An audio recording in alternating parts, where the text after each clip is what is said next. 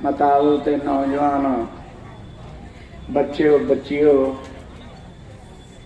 सारे गज के बोलो वाहिगुरू जी का खालसा वाहिगुरू जी की फतेह। असीं इस देश के बशिंदे, असीं एक आजाद उड़ान के बशिंदे, एक आजाद उड़ान के मालक। साडियां नीतियां क्योंकि जिहड़ी 1947 दे विच वंड हुई, वो वंड ने इस देश की जिहड़ी बुनियाद थी वो बुनियाद झूठ ते रखी। इस देश की जिहड़ी बुनियाद है वो झूठ ते टिकी।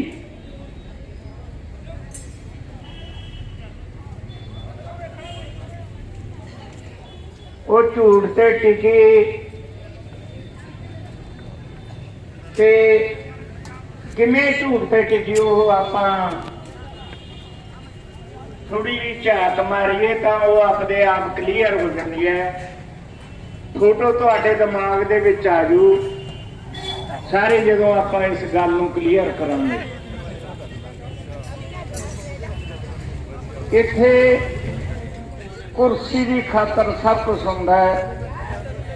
इत्थे लोग विकदे ने, वोट विकदी है, नोट दिते जांदे ने, पार्लीमेंट दे विच तक नोट खंडाए जाते हैं। सियासत खेडण के खातर आ मतावां नूं बेनती है, माड़ा जिहा इधर ध्यान करो। ते वो खंडाए जाते हैं ज़्यादा नोट। इसे तरह आज़ादी वेले साडे नाल बहुत बड़ा झूठ बोल के साडे नाल धोखा किया गया। वो धोखे दियां मारां असीं अज तक झल्लदे आ रहे हैं। जिहड़ा इहने पाकिस्तान लिया मुस्लिम लीग वाले जनाह ने, वो भी एक बैरिस्टर सी, एक वकील सी, उसकी वकालत करी हुई थी। जे मैं कह ला ये भी सच्चाई है, जे तुसीं इतिहास के पिछोकड़ जाओ, आपां इतिहास नूं देखीए तां वो जिहड़ा जवाहर लाल नेहरू सी, उसदा पिता मोती लाल नेहरू, उन्हां दे घरें उहदा काम करदी सी उहदे देखी ना जनाह दी मां। ये नेहरू मोती लाल नेहरू दे पुत्त सी जनाह भी। ये इन्नी गंदी सोच दे मालक थे। उन्हें दोनों नूं पढ़ाया, दोनों नूं वकालत कराई।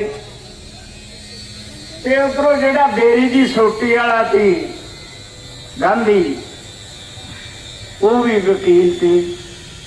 वो साउथ अफ्रीका दे विच वकील थी।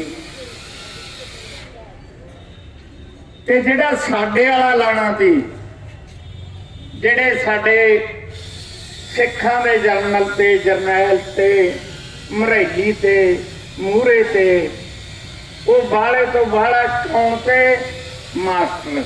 एक मास्टर तारा सिंह, एक करतार सिंह कलास वालिया, वो मास्टर हुंदा।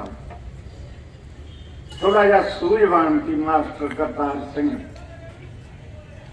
पर उन्होंने अगवाई ना करन दी। इत्थे जिवें पहला साडा संग्रामी दस के गया सी भी जनाह कहना दी मैं प्रधानमंत्री बना, नेहरू कहना दी मैं प्रधानमंत्री बना। उन्होंने 10 लाख बंदा मरवाता, उन्होंने परवाह नहीं करी कुर्सी खातर। हल्ले हुए, तुसी सियाणे बैठे हो विच मेरे नालों, जिन्हां ने विच हल्लियां वाला साल भी देखा होगा, वो भी बैठे ने। उन्होंने 10 लाख बंदे की बली देती। धियां भैणां दी इज्जतां रुल गईयां। ਗੱਡੀਆਂ ਉਧਰੋਂ ਵੱਡਿਆਂ ਦੀਆਂ ਭਰੀਆਂ ਆਉਣ ਲੱਗ ਗਈਆਂ, ਇਧਰੋਂ ਵੱਡਿਆਂ ਦੀਆਂ ਭਰੀਆਂ ਜਾਣ ਲੱਗ ਗਈਆਂ। ਕਿੰਨਾ ਕਤਲੇਆਮ ਇਸ ਦੇਸ਼ ਦੇ ਵਿੱਚ ਹੋਇਆ। ਇਹਨਾਂ ਦਾ ਤਾਂ ਉਦੋਂ ਨਹੀਂ ਦਿਲ ਹਿੱਲਿਆ।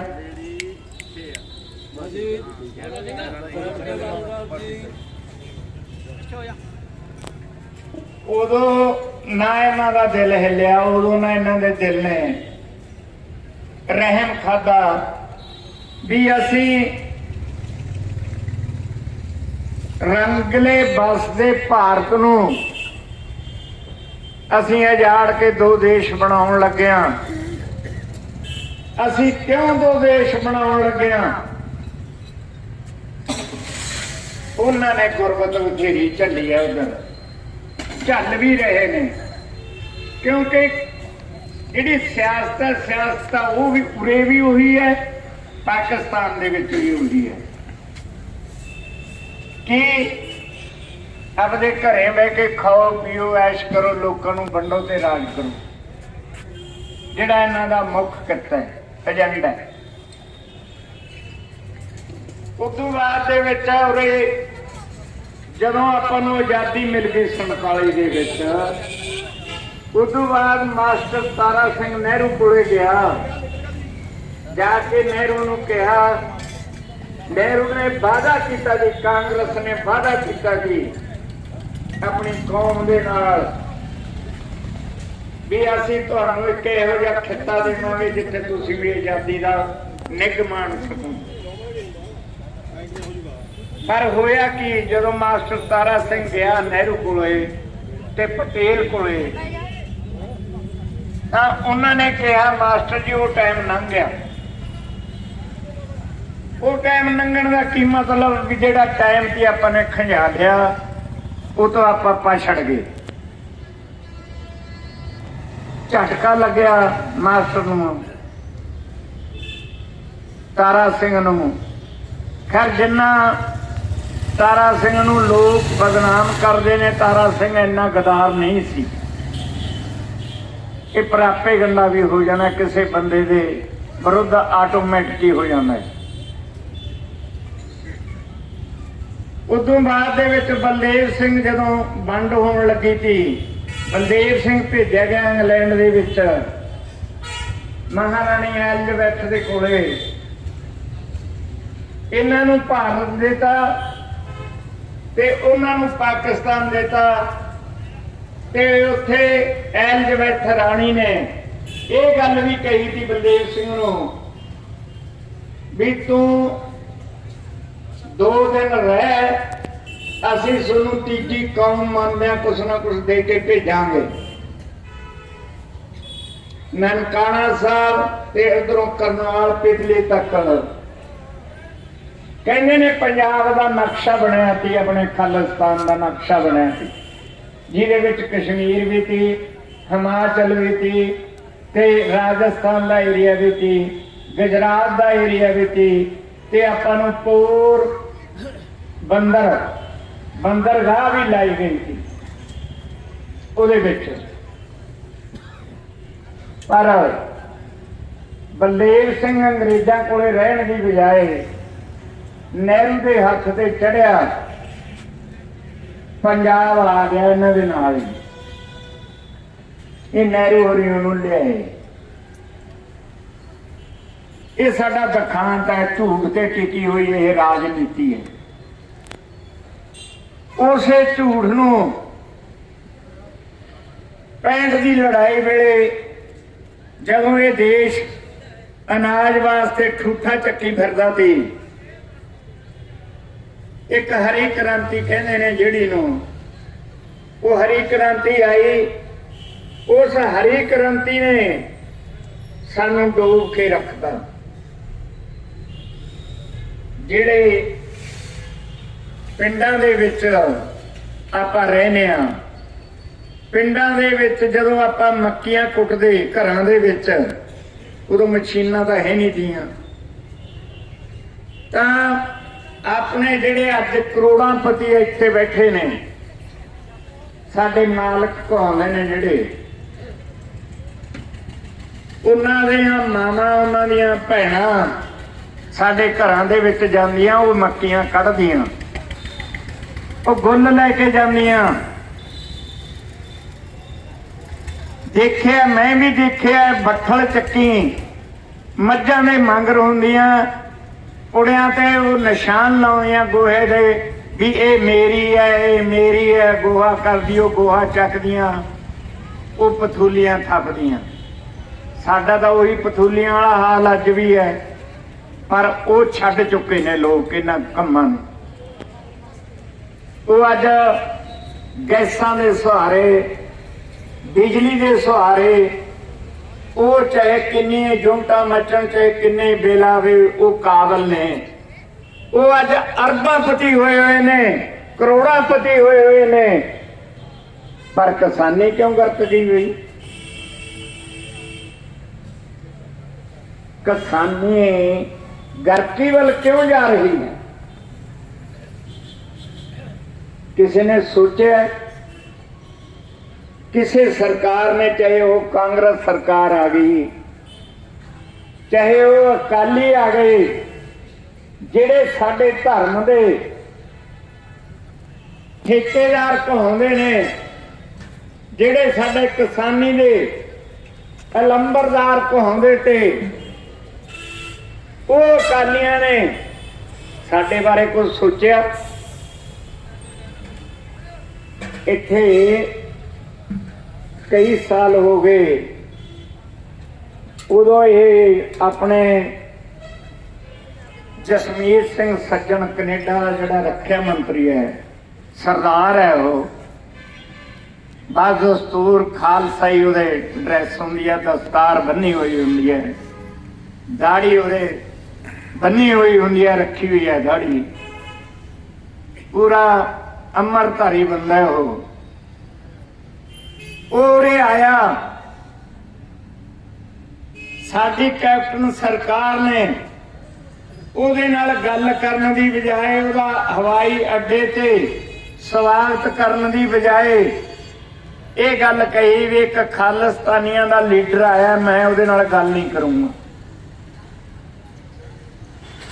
ਦੋਸਤੋ, ਇੱਕ ਫਾਰਨ ਕੰਟਰੀ ਦੇ ਵਿੱਚ ਡਿਫੈਂਸ ਮਿਨਿਸਟਰ ਹੋਵੇ, ਰੱਖਿਆ ਮੰਤਰੀ ਹੋਵੇ ਸਿੱਖ, ਇੱਕ ਦੇਸ਼ ਦੇ ਵਿੱਚ ਨਹੀਂ, ਦੋ ਦੇਸ਼ਾਂ ਦੇ ਵਿੱਚ ਨੇ, ਇੱਕ ਮਲੇਸ਼ੀਆ ਦੇ ਵਿੱਚ ਵੀ ਹੈ, ਆਪਣਾ ਸਰਦਾਰ ਡਿਫੈਂਸ ਮਿਨਿਸਟਰ ਹੈ। ਭਰਾਵੋ, ਇਹ ਕੋਈ ਛੋਟੀ ਮੋਟੀ ਗੱਲ ਨਹੀਂ ਹੈ, ਇਹ ਬਹੁਤ ਵੱਡੀ ਗੱਲ ਹੈ। ਇਹ ਕੌਮ ਦੀ, ਇਹ ਦਸਤਾਰ ਦੀ, ਇਹ ਧਰਮ ਦੀ, ਇਹ ਗੁਰਸਿੱਖੀ ਦੀ ਗੱਲ ਹੈ, ਬਹੁਤ ਵੱਡੀ ਗੱਲ ਹੈ। ਸਾਡੇ ਗੁਰੂ ਦੀ ਦੇਣ ਹੈ, ਜਿਹਦੇ ਉੱਤੇ ਪਹਿਰਾ ਦਿੰਦੇ ਆ ਉਹ ਇੱਥੇ ਤੱਕ ਪਹੁੰਚੇ ਨੇ। ਕਿਉਂ? ਇਮਾਨਦਾਰੀ ਜਿਹੜੀ ਸਾਰਿਆਂ ਨਾਲੋਂ ਵੱਡੀ ਚੀਜ਼ ਹੈ, ਉਹ ਇਮਾਨਦਾਰੀ ਹੈ। ਤੇ ਉਹਨੂੰ ਖਾੜਕੂਆਂ ਦਾ ਲੀਡਰ ਕਹਿ ਕੇ ਨਕਾਰਤਾ ਇਹਨਾਂ ਨੇ, ਉਹਦੇ ਨਾਲ ਗੱਲ ਨਹੀਂ ਕਰੀ। ਉਹ ਮੁੜ ਗਿਆ, ਜਿੰਨੇ ਦਿਨ ਲਾਉਣੇ ਤੇ 2 ਦਿਨ 4 ਦਿਨ ਲਾ ਕੇ ਮੁੜ ਗਿਆ। ਉਦੋਂ ਬਾਅਦ ਦੇ ਵਿੱਚ ਉਹ ਆਪਣੇ ਦੇਸ਼ ਦੇ ਪ੍ਰਧਾਨ ਮੰਤਰੀ ਟਰੂਡੋ ਦੇ ਨਾਲ ਆਇਆ ਦੁਬਾਰਾ, ਇਸੇ ਆਪਣੇ ਭਾਰਤ ਦੇ ਵਿੱਚ। ਜਦੋਂ ਪ੍ਰਧਾਨ ਮੰਤਰੀ ਟਰੂਡੋ ਨਾਲ ਆਇਆ, ਟਰੂਡੋ ਦਾ ਪਰਿਵਾਰ ਵੀ ਆਇਆ, ਉਹ ਇੱਕ ਨਕਸ਼ਾ ਲੈ ਕੇ ਆਏ ਤੇ ਇਹ ਆਪਾਂ ਨੂੰ ਵਿੱਚ ਬਹੁਤੇ ਬੰਦਿਆਂ ਨੂੰ ਪਤਾ ਨਹੀਂ ਲੱਗਦਾ, ਉਦੋਂ ਆਪਾਂ ਨੂੰ ਵੀ ਨਹੀਂ ਪਤਾ ਲੱਗਿਆ ਮੌਕੇ ਤੇ। ਇਹ ਪੜਚੋਲ ਕਰਨ ਤੋਂ, ਇਹ ਉਹਨਾਂ ਦੀਆਂ ਮੀਡੀਆ ਦੀਆਂ ਡਿਬੇਟਾਂ ਸੁਣ ਕੇ ਪਤਾ ਲੱਗਦਾ ਹੈ। ਜਦੋਂ ਆਪਾਂ ਕਿਸੇ ਗੱਲ ਵੱਲ ਧਿਆਨ ਦਿੰਦੇ ਹਾਂ, ਖੋਜ ਕਰਦੇ ਹਾਂ, ਉਹ ਕੀ ਚੀਜ਼ ਲੈ ਕੇ ਆਏ ਤੇ? ਉਹ ਜਿਹੜੀ ਹਰਸਿਮਰਤ ਬਾਦਲ ਨੇ ਅਸਤੀਫਾ ਦਿੱਤਾ ਹੈ ਫੂਡ ਪ੍ਰੋਸੈਸਿੰਗ ਮਿਨਿਸਟਰੀ ਤੋਂ, ਉਹ ਫੂਡ ਪ੍ਰੋਸੈਸਿੰਗ ਵਾਸਤੇ ਪੰਜਾਬ ਦੇ ਵਿੱਚ ਮਸ਼ੀਨਰੀ ਦੇਣ ਆਏ ਤੇ ਵੀ ਅਸੀਂ ਮਸ਼ੀਨਰੀ ਅਸੀਂ ਦੇਵਾਂਗੇ, ਪੰਜਾਬ ਉਸ ਖੇਤੀ ਨੂੰ ਅੱਗੇ ਵਧਾਊ, ਉਹ ਮਸ਼ੀਨਰੀ ਗਾਹਾਂ ਉਹਨੂੰ ਫੂਡ ਨੂੰ ਪ੍ਰੋਸੈਸ ਕਰੂ, ਉਹਨੂੰ ਡੱਬਾ ਬੰਦ ਕਰੂ, ਤੇ ਉਹਦੇ ਤੋਂ ਜਿਹੜੀ ਚੀਜ਼ ਬਣਾਉਣੀ ਹੈ ਉਹ ਬਣਾਓ, ਉਹਨੂੰ ਬਣਾ ਕੇ ਬਾਹਰਲੇ ਮੁਲਕਾਂ ਦੇ ਡਿਪੈਂਡ ਨਹੀਂ ਰਹੂ। ਪੰਜਾਬ ਦੇ ਲੋਕ ਬਾਹਰਲੇ ਮੁਲਕਾਂ ਦੇ ਡਿਪੈਂਡ ਨਹੀਂ ਰਹਿਣਗੇ। ਇਹਨਾਂ ਨੂੰ ਉਹ ਮਸ਼ੀਨਰੀ ਦਿੱਤੀ ਜਾਊਗੀ, ਉਹਦੇ 'ਚ ਜਿਵੇਂ ਮੱਕੀ ਚੋਂ ਅੰਥੌਣ ਨਿਕਲਦਾ ਹੈ, ਤੱਤ ਨਿਕਲਦਾ ਇੱਕ, ਉਹ ਤੱਤ ਪੈਟਰੋਲ ਦੇ ਬਰਾਬਰ ਮੱਚਦਾ ਹੈ। ਆਪਣੇ ਮੋਟਰਸਾਈਕਲਾਂ 'ਚ ਵੀ ਮੱਚਦਾ, ਉਹ ਕਾਰਾਂ 'ਚ ਵੀ ਮੱਚਦਾ, ਜੌਆਂ 'ਚੋਂ ਵੀ ਨਿਕਲਦਾ ਹੈ, ਜਿਹੜੇ ਦੀ ਬੀਅਰ ਬਣਾਉਂਦੇ ਨੇ। ਉਹ ਇਹੀ ਜੀ ਮਸ਼ੀਨਰੀ ਦੇਣ ਵਾਸਤੇ ਉਹ ਆਏ।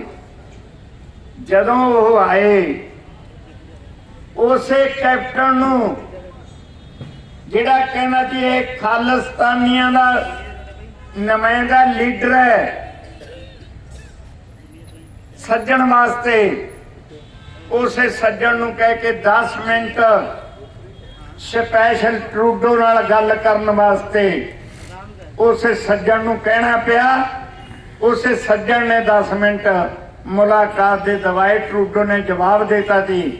ਉਸੇ ਸੱਜਣ ਨੇ ਇਹਨੂੰ 10 ਮਿੰਟ ਦਵਾਏ ਗੱਲ ਕਰਨ ਵਾਸਤੇ ਵੀ ਕੋਈ ਗੱਲ ਕਰੂਗਾ ਪੰਜਾਬ ਦੀ, ਥੋੜਾ ਜਿਹਾ ਰਾਹ ਖੁੱਲੂ ਗੱਲ ਵਾਸਤੇ, ਆਪਾਂ ਫਿਰ ਗੱਲ ਚਲਾਵਾਂਗੇ ਇਹ ਮਸ਼ੀਨਰੀ ਵਾਲੀ। ਪਰ ਉੱਥੇ ਸਰਦਾਰ ਸਾਹਿਬ ਪਤਾ ਕੀ ਕਰਨ ਗਏ? ਰਾਜਾ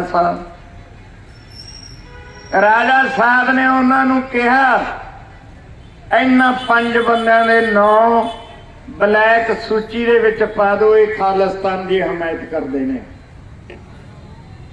ਮਰ ਜਾ ਕਿਉਂ ਜਾਲੀ ਚੜੀ ਹੈ ਦਾੜੀ ਦੇ ਉੱਤੇ, ਉਸ ਤਰ੍ਹਾਂ ਫਰਿਆਦੇ ਉੱਤੇ ਸ਼ਰਮ ਨਹੀਂ ਮੰਨਦੇ। ਇਹ ਕਹਿੰਦੇ ਇੱਕ ਪ੍ਰਧਾਨ ਮੰਤਰੀ ਨਾਲ ਤਾਂ ਮੁਲਾਕਾਤ ਦਾ ਟਾਈਮ ਲਿਆ ਗੱਲ ਕਰਨ ਵਾਸਤੇ, ਉਹ ਤਾਂ ਤੂੰ ਫੋਨ ਤੇ ਵੀ ਦੱਸ ਸਕਦਾ ਤੇ ਵੀ ਆਹ 5 ਬੰਦਿਆਂ ਦੇ ਨਾਂ ਖਾਲਿਸਤਾਨੀਆਂ 'ਚ ਪਾ ਦੂ ਜੀ। ਉਹ ਤਾਂ ਪਹਿਲੇ ਹੀ ਸੈਂਟਰ ਗਵਰਨਮੈਂਟ ਨੇ ਬਲੈਕ ਲਿਸਟ ਬਣਾਈ ਹੋਈ ਹੈ, ਬਲੈਕ ਲਿਸਟ ਦੇ ਉੱਤੇ ਨਾਂ ਨੇ ਸਾਰਿਆਂ ਦੇ ਪਾਏ ਹੋਏ। ਆ ਹੁਣ ਨਹੀਂ ਦੇਖਿਆ ਤੁਸੀਂ ਕਿੱਡੇ ਕਿੱਡੇ ਪੋਸਟਰ ਲਾਏ ਤੇ ਇਹਨਾਂ ਨੇ ਉਹਨਾਂ ਖਾਲਿਸਤਾਨੀਆਂ ਦੇ, ਇਹ ਜੀ ਤਾਰਪੀਡੋ ਕਰਦੇ ਨੇ ਜੀ, ਫਲਾਣਾ ਕਰਦੇ ਨੇ, ਇਮਕਾ ਕਰਦੇ ਨੇ, ਧਮਕਾ ਕਰਦੇ ਨੇ। ਪਰ ਜਿਹੜੀ ਸਾਡੀ ਕਿਸਾਨੀ ਹੈ, ਕਿਸਾਨੀ ਬਾਰੇ ਤਾਂ ਇਹਨਾਂ ਨੇ ਕੁਛ ਨਾ ਸੋਚਿਆ, ਨਾ ਬਾਦਲ ਕਹਿ ਨੇ ਸੋਚਿਆ, ਨਾ ਕੈਪਟਨ ਸਾਹਿਬ ਨੇ ਸੋਚਿਆ। ਬਾਦਲ 9 ਪੈਨਸ਼ਨਾਂ ਲੈਂਦਾ, 9 ਪੈਨਸ਼ਨਾਂ ਆਪਣੇ ਇੱਕ ਦਿਨ ਦੇ ਮਰਦੇ ਨੇ। ਆ 750 ਰੁਪਇਆ, 5.5 ਲੱਖ ਰੁਪਇਆ ਪੈਨਸ਼ਨਾਂ ਦਾ ਲੈਂਦਾ ਉਹ।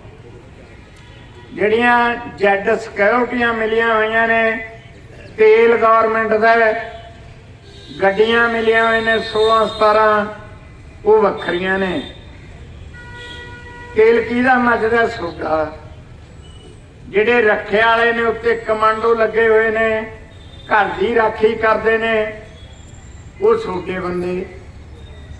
ਪੈਸੇ ਤਨਖਾਹ ਕਿੱਥੋਂ ਲੈਂਦੇ ਨੇ? ਸੋਡੋਂ। ਪਰ ਸਰਕਾਰਾਂ ਅੰਨੀਆਂ ਹੋਈਆਂ ਨੇ, ਇਹਨਾਂ ਨੇ ਲੋਕਾਂ ਦਾ ਧੂਆਂ ਕੱਢ ਰੱਖਿਆ ਇਹਨਾਂ ਕੰਮਾਂ ਦੇ ਵਿੱਚ ਹੀ। ਭਰਾਵੋ, ਇਹ ਬਹੁਤ ਹੀ ਮੰਦਭਾਗੀ ਗੱਲ ਹੈ ਕਿ ਸਾਨੂੰ ਕਿਸਾਨੀ ਨੂੰ ਜੇ ਇਹ ਆਪਦੇ ਰਹਿਮੋ ਕਰਮ ਤੇ ਵੀ ਛੱਡ ਦੇਣ ਨਾ। ਪਹਿਲਾਂ ਚਿੱਟਾ ਤੇਲਾ ਪਿਆ ਬਠਿੰਡੇ ਜ਼ਿਲ੍ਹੇ 'ਚ, ਮਾਨਸਾ, ਬਠਿੰਡਾ, ਬਰਨਾਲਾ, ਜਿਹੜੇ ਬੈਲਟ ਹੈ ਬਠਿੰਡਾ, ਨਰਮਾ ਬੈਲਟ ਹੈ, ਉਹਦੇ ਵਿੱਚ ਚਿੱਟਾ ਤੇਲਾ ਪਿਆ। ਉਹ ਤੋਤਾ ਸਿੰਘ 62-63 ਕਰੋੜ ਰੁਪਈਆ ਖਾ ਗਿਆ ਇਹਨਾਂ ਤੋਂ ਲੈ ਕੇ, ਪੈਸਟੀਸਾਈਡ ਦਵਾਈਆਂ ਵਾਲਿਆਂ ਤੋਂ। ਉਹਦੀ ਜਿਪਸੀ ਪਲਟ ਗਈ। ਗਿੱਦੜਬਾਹੇ ਕੋਲੇ ਬਠਿੰਡੇ ਜਿਹੜਾ ਪਲਾਂਟ ਹੈ ਆਪਣਾ ਲੱਗਿਆ ਹੋਇਆ, ਬਿਜਲੀ ਘਰ ਲੱਗਿਆ ਹੋਇਆ, ਉਹਦੇ ਕੋਲੇ ਦੇ ਉੱਤੇ ਵੀ ਉਹਦੀ ਜਿਪਸੀ ਪਲਟ ਗਈ, ਜੀ ਚੋਂ 62 ਕਰੋੜ ਰੁਪਈਆ ਫੜਿਆ ਗਿਆ ਸੀ, ਜਿਹੜਾ ਤੋਤੇ ਕੋਲੇ ਜਾਣਾ ਸੀ। ਜੱਟ ਮਰਦੇ ਨੇ, ਮਰ ਜਾਣਾ, खुदकशियां करते ने कर जाना। ਆਪਾਂ ਤੁਸੀਂ ਘੋਲ ਲੜਿਆ, ਆਪਾਂ ਘੋਲ ਚ ਗਏ, ਆਪਾਂ ਦੁੱਧ ਨੂੰ ਵੀ ਜਾਂਦੇ ਰਹੇ ਭਰਾ ਹਰਗੋਬਿੰਦਪੁਰੇ ਕਨੀ ਉਤਲੇ ਪਾਸੇ ਛਾਉਣੀ ਦੇ ਬਠੰਡੇ ਹੋ। ਆਪਾਂ ਦੁੱਧ ਵੀ ਲਿਆਉਂਦੇ ਰਹੇ ਪਿੰਡਾਂ ਦੇ ਵਿੱਚੋਂ।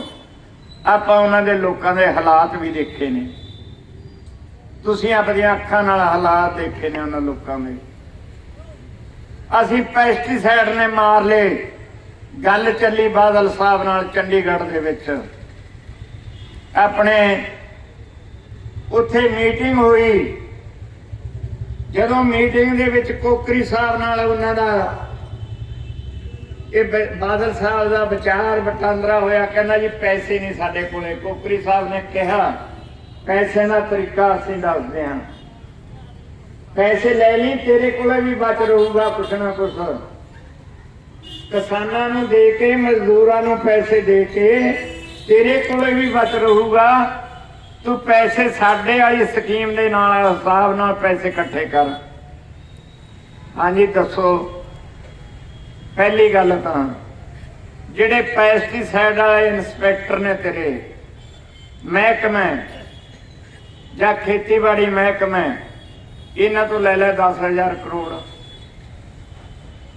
ਉਦੋਂ 40,000 ਕਰੋੜ ਦੀ ਆਪਾਂ ਮੰਗ ਕਰਦੇ ਸੀ, ਇਹਨਾਂ ਤੋਂ ਲੈ ਲੈ। ਪਰ ਇਹਨੇ ਗਲਾਸ ਪਾਣੀ ਦਾ ਪੀ ਲਿਆ ਕਰੇ, ਮੇਜ਼ ਤੇ ਧਰ ਲਿਆ ਕਰੇ, ਗਲਾਸ ਹੋਰ ਚੱਕ ਲਿਆ ਕਰੇ ਦੁਬਾਰੇ। ਦੂਜੀ ਮੰਗ ਦੱਸਿਆ ਕਰਨਾ ਆਪਦੇ MLA ਤੋਂ, ਆਪਦੇ MPਆਂ ਤੋਂ ਲੈ ਲੈ 1,000 ਕਰੋੜ ਰੁਪਇਆ, ਉਹਨਾਂ ਤੋਂ ਲੈ ਲੈ। ਉਹ ਅੱਜ ਤੱਕ 4,000 ਕਰੋੜ ਮੰਗਿਆ, ਤੇਰੇ ਕੋਲੇ 5,000 ਕਰੋੜ ਰੁਪਇਆ ਦੇ ਤੈਨੂੰ ਮਤਲਬ ਸੋਰਸ ਦੱਸਦਾ ਜਿਨ੍ਹਾਂ ਤੋਂ ਪੈਸੇ ਆਉਣਗੇ। ਪੈਸੇ ਲੈ ਇਕੱਠੇ ਕਰ, ਕਿਸਾਨੀ ਨੂੰ ਵੰਡ। 8 ਗਲਾਸ ਪਾਣੀ ਦੇ ਪੀ ਗਿਆ ਜੀ, ਜਵਾਬ ਨਹੀਂ ਕੋਈ ਆਇਆ ਬਾਦਲ ਸਾਹਿਬ ਨੂੰ, ਕਿਉਂਕਿ ਇਹ ਛੋਟੀਆਂ ਗੱਲਾਂ ਨਹੀਂ ਹੁੰਦੀਆਂ।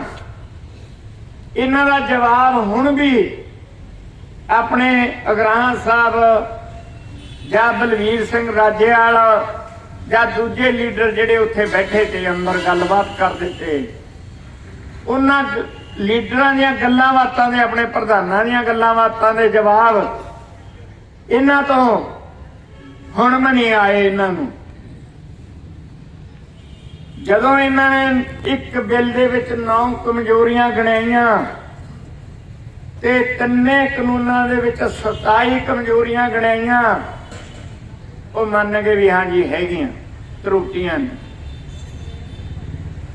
ਫਿਰ ਕਾਨੂੰਨ ਬਣਾਏ ਕਿਉਂ ਨੇ ਬਈ? ਫਿਰ ਇਹਦਾ ਮਤਲਬ ਤਾਂ ਸਰਕਾਰ ਨੇ ਕਾਨੂੰਨ ਬਣਾਏ ਨਹੀਂ, ਫਿਰ ਤਾਂ ਜਿਹੜੇ ਕਾਨੂੰਨ ਬਣਾਏ ਨੇ ਉਹ ਕਾਰਪੋਰੇਟ ਘਰਾਣਿਆਂ ਨੇ ਬਣਾਏ ਨੇ, ਇਹਨਾਂ ਨੇ ਨਹੀਂ ਬਣਾਏ। ਇਸ ਕਰਕੇ ਇਹਨਾਂ ਲੋਕਾਂ ਦਾ ਜਿਹੜਾ ਕਿੱਤਾ ਹੈ ਬੇਈਮਾਨਾ, ਹਰ ਵਕਤ ਕਿੱਡਾ ਵੱਡਾ ਹੁਣ ਘੋਲ ਚੱਲ ਰਿਹਾ ਹੈ। ਮੈਂ ਸਾਡੇ ਲੋਕਾਂ ਨੂੰ ਕਹੂੰਗਾ, ਮੈਂ ਕਿਸੇ ਨੂੰ ਨਹੀਂ ਕਹਿੰਦਾ, ਮੈਂ ਆਪਣੇ ਕਿਸਾਨਾਂ ਨੂੰ ਕਹੂੰਗਾ ਇਹ ਗੱਲ। ਕਿਸਾਨ ਭਰਾਵੋ, ਕਿੱਡਾ ਘੋਲ ਚੱਲ ਰਿਹਾ ਹੈ। ਆਪਾਂ ਕਿੱਡੇ ਘੋਲ ਦੇ ਵਿੱਚ ਕੁੱਦੇ ਹੋਏ ਆ। ਆਪਣੀ ਜਾਨ ਹੂਲਮੀ ਲੜਾਈ ਹੈ। ਉਹ ਅਸੀਂ ਅੱਜ ਵੀ ਟੋਲੇ ਬਣਾ ਇਹਨਾਂ ਦੇ ਨਾਲ ਫਿਰਦੇ ਆ। ਸ਼ਰਮ ਆਉਣੀ ਚਾਹੀਦੀ ਹੈ ਸਾਨੂੰ ਯਾਰ। ਅੱਜ ਵੀ ਝੰਡੇ ਸਾਡੇ ਮੋਢਿਆਂ ਦੇ ਨੇ ਚੱਕੇ ਹੋਏ। ਆ ਤੁਸੀਂ ਦੇਖਿਆ ਹੋਊ ਇੱਥੋਂ ਦੀ ਕਾਫਲਾ ਲੰਘਦਾ। ਆ ਤਰਨਤਾਰਨ ਗੋਲੀ ਚੱਲੀ ਹੈ, ਕੱਲ ਜਲਾਲਾਬਾਦ ਗੋਲੀ ਚੱਲੀ ਹੈ। ਸੁਖਵੀਰ ਬਾਦਲ ਦੀ ਕਾਰ ਤੇ ਪੱਥਰ ਪਏ ਨੇ, ਉੱਥੇ ਵੀ ਸਾਡਾ ਹੀ ਟੋਲਾ ਹੈ। ਉਹ ਯਾਰ ਕੁਸਤਾ ਕਿਤੇ ਤਾਂ ਮਾੜੀ ਮੋਟੀ ਸੰਗ ਮੰਨੀਏ ਆਪਾਂ ਮਾੜਾ ਮੋਟਾ ਦਾ ਦੇਖੀਏ ਵੀ ਸਾਡਾ ਤਾਂ ਇੱਕ ਝੁੰਮਰ ਕੱਢਤਾ ਇਹਨਾਂ ਨੇ ਯਾਰ। ਅਸੀਂ ਤਾਂ ਸਾਡੀ ਤਾਂ ਪਿੱਠ ਲਾਤੀ ਇਹਨਾਂ ਨੇ। ਇਹ ਤਾਂ ਗਲ ਘੁੱਟਣ ਤੇ ਤਿਆਰ ਨੇ, ਗੁੱਠਾ ਧਰਿਆ ਹੋਇਆ ਹੈ। ਇਹਨਾਂ ਦੀ ਦੱਬਣ ਦੀ ਦੇਰ ਹੈ ਬਸ। ਅਸੀਂ ਫੇਰ ਵੀ ਮੰਗਰ ਭਰਾਵੋ ਆਪਾਂ ਬਹੁਤ ਵਾਰੀ ਕਹਿੰਦੇ ਆ ਵੀ ਜਿਹਦੀ ਜ਼ਮੀਰ ਮਰ ਗਈ ਉਹਦਾ ਸਭ ਕੁਛ ਮਰ ਗਿਆ। ਸਰੀਰ ਮਰੇ ਨਾਲ ਕੋਈ ਫਰਕ ਨਹੀਂ ਪੈਂਦਾ, ਇਹ ਤਾਂ ਦੁਨੀਆ ਤੇ ਆਇਆ ਔਰ ਜਾਣਾ ਹੀ ਹੈ ਇੱਕ ਦਿਨ। ਪਰ ਜ਼ਮੀਰ ਨਾ ਮਾਰੋ, ਇਹ ਜ਼ਮੀਰ ਨੂੰ ਵੇਚੋ ਨਾ। ਮੈਂ ਹੱਥ ਬੰਨ ਕੇ ਬੇਨਤੀ ਕਰੂੰਗਾ ਸਾਰੇ ਭਰਾਵਾਂ ਨੂੰ, ਭੈਣਾਂ ਨੂੰ, ਮਾਤਾਵਾਂ ਨੂੰ, ਨੌਜਵਾਨ ਬੱਚਿਆਂ ਨੂੰ ਕਿ ਭਰਾਵੋ ਬਚ ਜਾਓ।